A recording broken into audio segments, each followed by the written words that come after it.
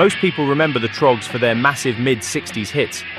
And from a commercial point of view, the group clearly peaked in 1966 and 1967. But what often gets overlooked is what came next.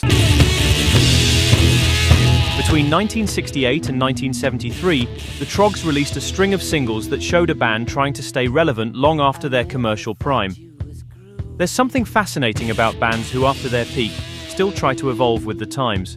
And what makes it even more intriguing is that the Troggs were able to do this, while still maintaining that unmistakable raw primal sound that made them famous in the first place. This period from 1968 till 1973 saw the Troggs experimenting with psychedelia, proto-metal, and glam rock, but always with that gritty energy and stripped-down style that was all their own. In this video, we're going to explore a selection of hidden gems from the Troggs' later years, tracks that show how the band kept pushing forward, evolving with the times, but never losing the essence of what made them the Troggs. Let's begin. Maybe the madman was right. The sun travels on round the world and keeps shining while we sleep at night. One of the most unexpected moments in the Troggs' career came in 1968 with this B-side titled Maybe the Madman, a track where the band fully embraced psychedelia. The Troggs had already dipped their toes into psychedelia with their 1967 single Night of the Long Grass, a song which is now widely regarded as a precursor to gothic rock, thanks to its dark, sinister sound and eerie atmosphere. I walk alone in dreams, I cannot feel, I cannot see. But maybe the Madman saw the Troggs go all in on psychedelic weirdness and way out effects. I search in vain to find reasons for the pain and happiness. The track combined surreal spoken-word verses with more melodic sections, featuring Reg Presley's voice drenched in weird vocal effects. Maybe the sky doesn't cry. The raindrops are just condensation, not tears cried for children that lie. Lyrically, it was a complete departure from the band's earlier material. Most of their previous hits carried a strong sensual undercurrent, but this song explored themes of self-reflection, existential questioning, and the blurred lines between imagination and reality. In essence, it's a psychedelic reflection on the complexities of the human mind, and the possibility that those labeled mad may in fact have a deeper understanding of reality than those considered sane. The track was released as the B-side to Little Girl, a pop ballad that was banned by the BBC because its lyrics were about a baby born out of wedlock. The Troggs' previous single, Love Is All Around, had been a huge hit, but the BBC ban effectively prevented Little Girl from achieving similar success. After the commercial failure of Little Girl, the Troggs returned to a more stripped-down, back-to-basics approach with the fast-paced Surprise Surprise. I need you, I need you. This was a period when the British press was constantly talking about an alleged 1950s rock and roll revival that was expected to take the music scene by storm. The ongoing speculation even prompted several contemporary groups to release singles influenced by 1950s rock sounds. Good examples of this trend include Lady Madonna by the Beatles and Fire Brigade by The Move, both of which were seen as nods to the supposed revival. Surprise Surprise, with its fast pace and prominent rock and roll piano, was also interpreted by the press as yet another example of a contemporary band releasing a single influenced by the 1950s revival, further supporting their claim that this dubious revival was indeed taking place.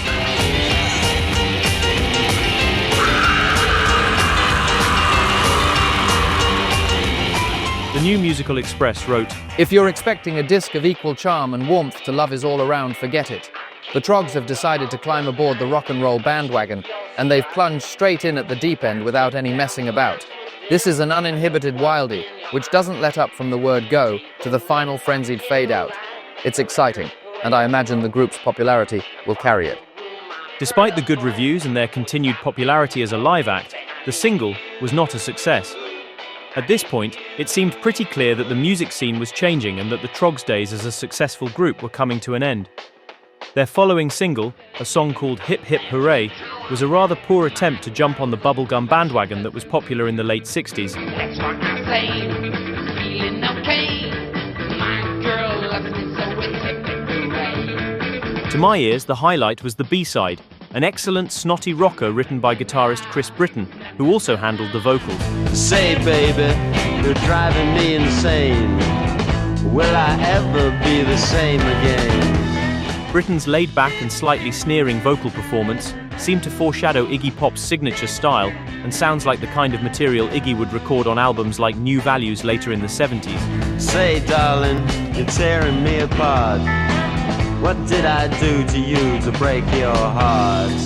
But one of the big highlights of the Troggs' late 60s period was Evil Woman, released as a single in January 1969. Woman, when I seen you coming, I should have started running. Evil woman.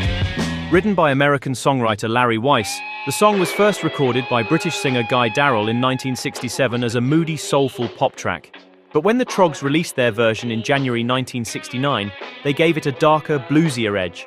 It's a brooding rendition with a sinister, almost menacing atmosphere. Woman, when your life is full grown, and on your tombstone, evil woman. The guitars are fantastically raw and distorted, giving the track a gritty bite that aligns perfectly with the band's primal sound. Evil woman, yes, the Lord's gonna wreck her. Evil woman, yes, the Lord's gonna blacken you. Just 2 months later, in March 1969, Spooky Tooth also recorded an excellent cover of the song on their second album.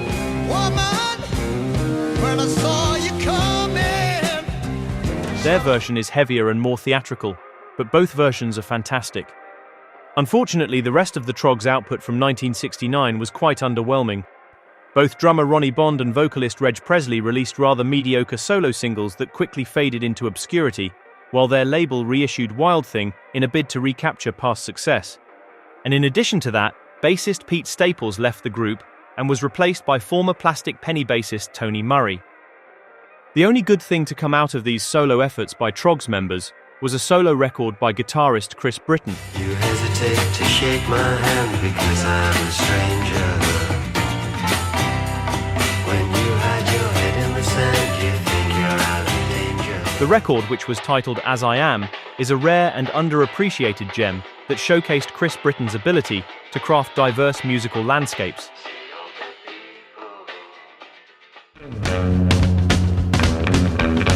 The Troggs got off to a bad start in 1970, with a rather forgettable single that went nowhere, but their second release of the year was a completely different story.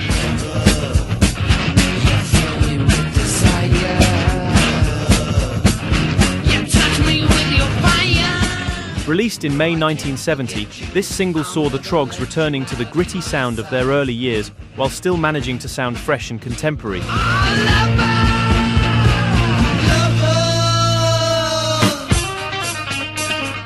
My favourite of the two sides is the B-side, a song with a gloriously filthy guitar sound by Chris Britton.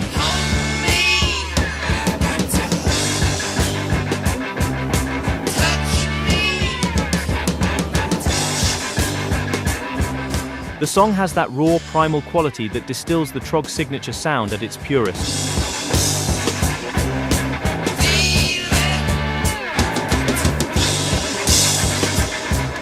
The single didn't chart, but the Troggs returned to the recording scene in October 1970 with another excellent A-side. A boy's not a boy and a man's not a man till he's been with a girl like my Joanne.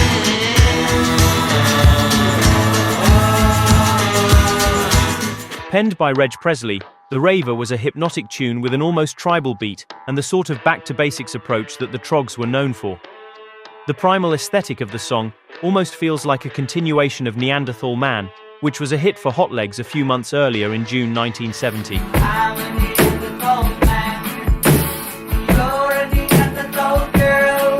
And it makes perfect sense that a band named the Troggs, short for Troglodytes, would draw influence from a track like Neanderthal Man, a song which leans all the way into that caveman rhythm idea, with pounding drums, minimalist lyrics, and a lurching groove that feels deliberately prehistoric.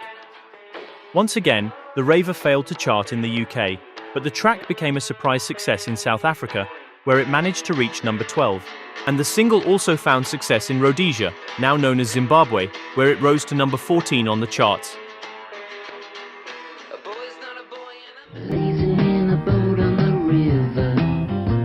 1971 was a rather slow and difficult year for the Troggs.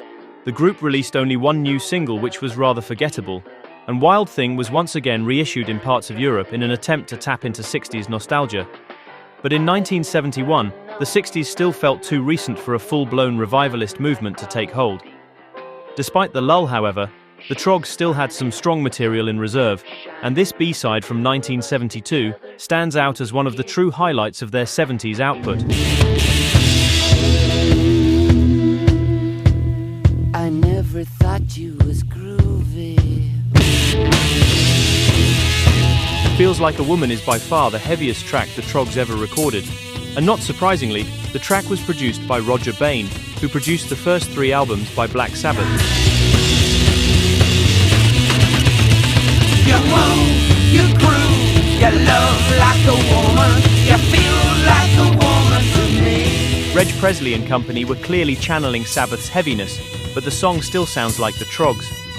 That's probably because both bands, in their own way, were built on the same primal foundations: raw guitars, unpretentious production, and a guttural energy that cuts straight through any polish.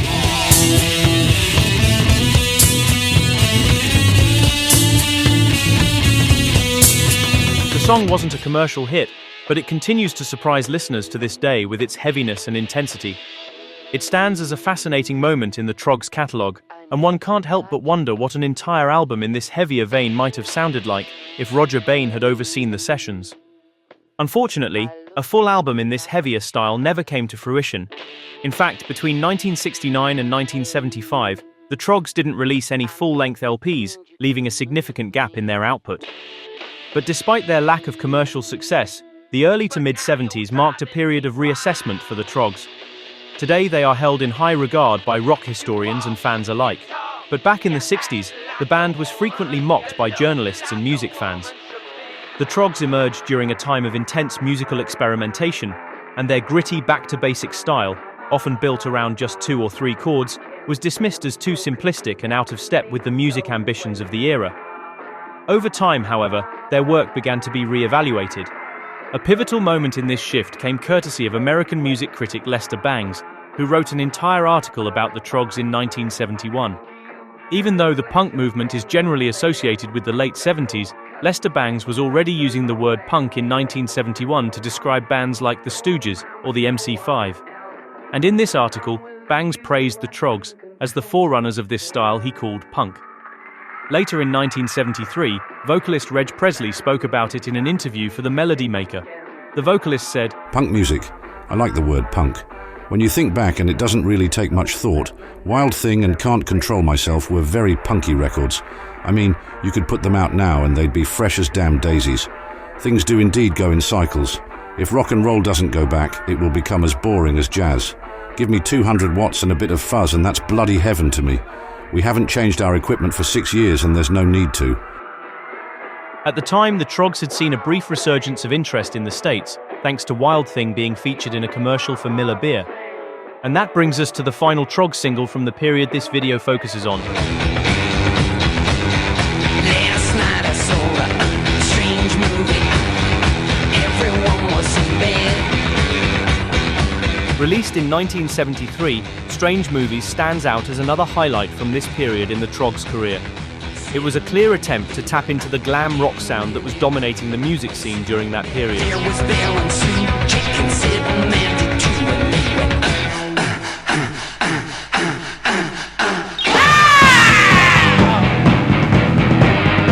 The track has a certain swagger. It's theatrical and a bit cheeky, built around a crunchy riff and a stomping beat that wouldn't have sounded out of place in an album by T-Rex. And yet it still sounded unmistakably like the Troggs. After all, the back-to-basic spirit of early glam rock shared a lot of DNA with the Troggs' own stripped-down style, making this glam-inspired direction feel like a natural fit. And in keeping with the sexual undertones featured in many of their songs, Strange Movie was a track explicitly centered on the experience of watching a porn film.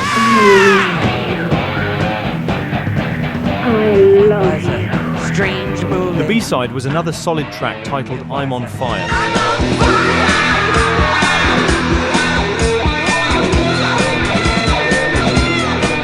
The track, with its swaggering groove and slightly psychedelic undertones, feels like a quiet tip of the hat to Jimi Hendrix, perhaps a gesture of appreciation for his iconic cover of Wild Thing back in the 60s. Mama, baby, I'm burning when you dance in and out. And with this single, we come to the end of this overview of an often overlooked chapter in the Troggs' career, a period marked by creative risks, unexpected turns, and some truly underrated gems. I hope you enjoyed this video and see you next time.